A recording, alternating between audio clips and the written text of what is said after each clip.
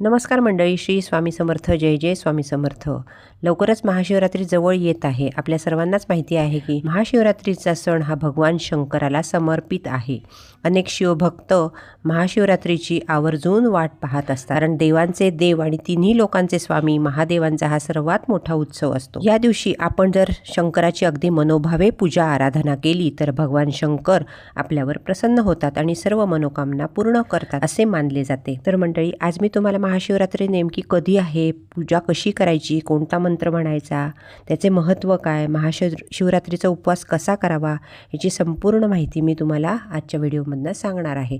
त्यासाठी व्हिडिओ शेवटपर्यंत पहा, जास्तीत जास्त लोकांपर्यंत शेअर करा आणि तुम्ही नवीन असाल तर चॅनेलला सबस्क्राईब नक्की करा. चला तर मंडळी, व्हिडिओला सुरुवात करूया. महादेवांच्या भक्तांसाठी तर महाशिवरात्रीचा दिवस अतिशय महत्त्वपूर्ण. दरवर्षी माघ महिन्याच्या कृष्ण पक्षाच्या चतुर्दशी तिथीला महाशिवरात्री साजरी केली जाते. तर यावर्षी रविवार दिनांक 15 फेब्रुवारी 2026 रोजी महाशिवरात्री साजरी केली जाणार आहे. महाशिवरात्रीच्या दिवशी निश्चित कालावधीमध्ये केलेल्या पूजेचे विशेष महत्त्व असते. तर ही पूजा करण्यासाठीचा शुभ मुहूर्त म्हणजे निश्चित काळ हा 4 प्रहरींमध्ये विभागला जातो. तर आपण या 4 प्रहरी बघणार आहोत.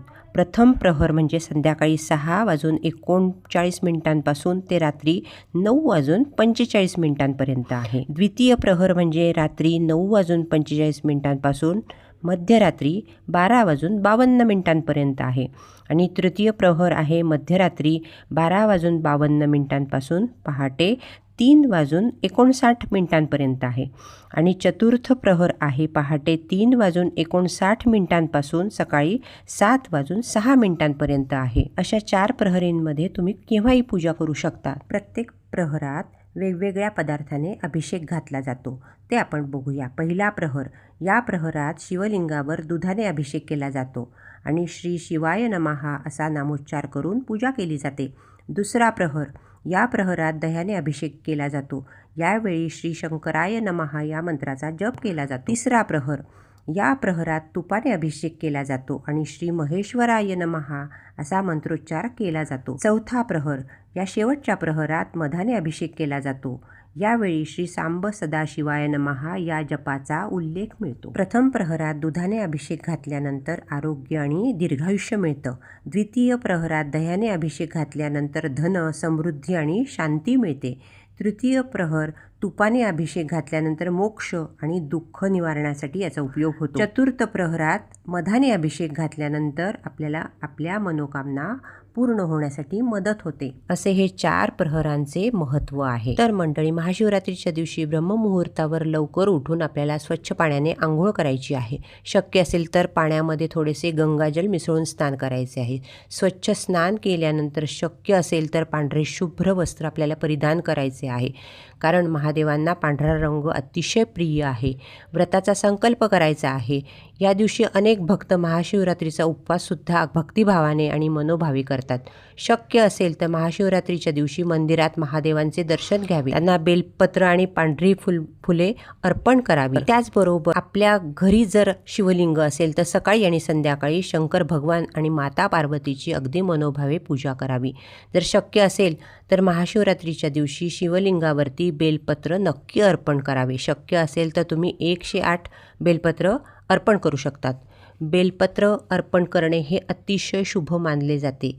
या दिवशी मंदिरात विशेष कार्यक्रमाचे आयोजन केले जाते. या दिवशी ओम नमः शिवाय या मंत्राचा जप अवश्य करायचा आहे, किंवा तुम्ही महामृत्युंजय मंत्राचा जपसुद्धा करू शकता. कारण महादेवांना भोळा शंकर असे म्हणतात, कारण ते आपल्या साध्या सुध्या पूजेने आपल्यावर प्रसन्न होतात व इच्छित फल देतात. तसेच या दिवशी रात्रभर जागरण करून शिवपुराणाचे पठण करतात. धार्मिक मान्यतेनुसार याच दिवशी भगवान शिवशंकर आणि माता पार्वतीचा विवाह झाला होता. यामुळे महाशिवरात्रीला काशी आणि देशभरातील विविध ठिकाणी मनोभावे शिवपार्वतीची पालखीसुद्धा काढण्यात येते, यात्रा भरवण्यात येते. पौराणिक कथेनुसार माता पार्वतीने भगवान शिवाला पतिरूपात मिळवण्यासाठी कठोर तपस्या आणि विशेष पूजा आराधना केली होती. या व्रताचे फळ म्हणून महाशिवरात्रीच्या दिवशी भगवान शिवाने माता पार्वतीशी विवाह केला होता. त्यामुळे हा दिवस अत्यंत महत्त्वाचा आणि पवित्र मानला जातो. महाशिवरात्रीच्या दिवशी शिवलिंगाची विशेष पूजा केली जाते. पंचगव्य म्हणजे गाईचे दूध, तूप, शेण, गोमूत्र आणि दही या सर्वांचा अभिषेक शिवलिंगावर केला जातो. यानंतर दूध, दही, तूप तसेच मध आणि साखर यांचे पंचामृत तयार करून पंचामृताचा सुद्धा लेप शिवलिंगाला लावला जातो. या व्यतिरिक्त धोत्रा व बेलाची पाने, पांढरी फुले, धोत्र्याचे फळ सुद्धा वाहून शिवलिंगाची पूजा केली जाते. महाशिवरात्रीच्या दिवशी भगवान शिव आणि माता पार्वतीची पूजा केल्यामुळे, व्रत केल्यामुळे वैवाहिक जीवनामध्ये आनंद व समृद्धी येते. त्याचबरोबर अविवाहित मुलींना सुद्धा इच्छित आणि योग्य जीवनसाथी मिळण्यास मदत होते. म्हणून हे महाशिवरात्रीचे व्रत अवश्य करावे. अनेक शिवभक्त हे व्रत श्रद्धेने आणि भक्तिभावाने करतात. महाशिवरात्रीचा उपवास सकाळी करायचा असतो आणि दुसऱ्या दिवशी सोडायचा असतो. महाशिवरात्रीच्या दिवशी दिवसभर आपल्याला उपवासाचे पदार्थ खायचे असतात. काही भक्त हा उपवास फक्त दूध आणि फळे घेऊन करतात, तर काही भक्त नुसताच फलाहार करतात. तसेच या दिवशी महाशिवरात्रीला विविध प्रकारच्या पदार्थांचा नैवेद्य देखील दाखवला जातो, जसे पंचामृत, खीर, दूध आणि दुधापासून बनवलेले पदार्थ यांचा नैवेद्य दाखवला जातो. विवाहित महिलांसाठी सुद्धा हा महाशिवरात्रीचा दिवस अत्यंत महत्त्वाचा आहे.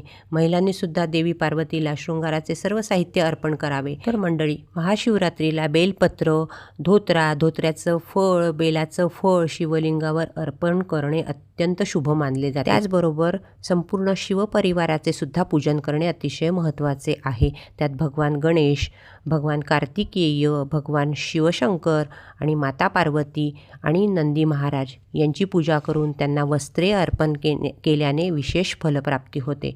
महाशिवरात्रीला पूजा करताना ओम नमः शिवाय हा साधा सोपा मंत्र म्हणावा. तुम्ही महामृत्युंजयेश्वराचा सुद्धा मंत्र म्हणू शकता. त्याचबरोबर आपण रुद्राभिषेक सुद्धा करू शकतो. रुद्राभिषेक करणे विशेष फलदायी मानले जाते. त्याचे फळ आपल्याला हजारो पटीने मिळते अशी मान्यता आहे. अशा प्रकारे भगवान शंकर व माता पार्वतीची जर आपण मनोभावे पूजा केली तर महादेव सुद्धा आपल्याला आशीर्वाद देतात. आणि पार्वतीची पूजा केल्यामुळे संकटाचा अंत होतो, जीवनात सुख समृद्धी येते, सौभाग्यात वाढ होते. त्यामुळे तुम्ही सुद्धा येत्या महाशिवरात्रीला भगवान शिवशंकराची आणि माता पार्वतीची पूजा मनोभावे करा. याचे फळ तुम्हाला नक्कीच मिळेल. तर मंडळी, आपण हा महाशिवरात्रीचा दिवस 15 फेब्रुवारीला दिवसभर करणार आहोत. त्या दिवशी रविवार आहे. त्या दिवशी आपल्याला दिवसभर हा महाशिवरात्रीचा उपवास करायचा आहे आणि दुसऱ्या दिवशी आपल्याला ह्या व्रताचं पारणं करायचं आहे. ते पारण्याची वेळ आहे सकाळी 6:59 ते दुपारी 3:24 आपण उपवास केव्हाही सोडू शकतात. तर मंडळी, उपवास सोडताना आपण प्रथम दही भात खावा आणि त्यानंतर आपण सात्विक भोजन करावे. तर मंडळी, महाशिवरात्रीची मी थोडक्यात माहिती देण्याचा प्रयत्न केला आहे. मला खात्री आहे या व्हिडिओचा तुम्हाला नक्की फायदा होईल. व्हिडिओ आवडला नक्की लाईक करा, शेअर करा आणि माझ्या चॅनलला सबस्क्राईब करा. धन्यवाद.